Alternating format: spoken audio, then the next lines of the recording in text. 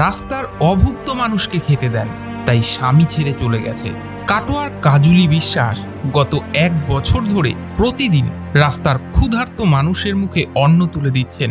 কিন্তু একজন সাধারণ গৃহবধূ কিভাবে হয়ে উঠলেন সবার অন্নপূর্ণা? আসলে ছোট থেকেই খিদের জ্বালা চিনতেন কাজুলি দেবী। গরিব চাষি পরিবারে জন্ম, একবেলা খাবার জুটলে আর একবেলা কাটত অভুক্ত পেটে। অভাবের সংসারে তাই 15 বছর বয়সেই বিয়ে হয়ে যায়। ভেবেছিলেন এবার বুঝি ভাগ্য বদলাবে, কিন্তু না, স্বামীর কাছেও শুনতে হয়েছে খাবার নিয়ে খোটা। তখন রাস্তার অভুক্ত মানুষদের দেখে নিজের জীবনের প্রতিচ্ছবি খুঁজে পান তিনি। সিদ্ধান্ত নেন ওদের খাওয়াবেন। কথাটা স্বামীকে জানাতেই তিনি বলেন, হয় আমার সাথে সংসার করো, না হয় রাস্তার লোকেদের খাওয়াও। কাজুলি দেবী বেছে নিলেন রাস্তার অভুক্ত মানুষদের। স্বামী চলে গেলেন, ছেলেকে নিয়ে উঠলেন ভাড়া বাড়িতে। নিজের কানের দুল বিক্রি করে শুরু করলেন অপরিচিত মানুষদের জন্য রান্না।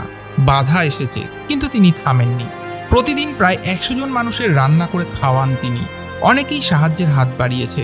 ভবিষ্যতে আরও অনেক মানুষকে খাওয়াতে চান তিনি। গড়তে চান একটা অনাথ আশ্রম।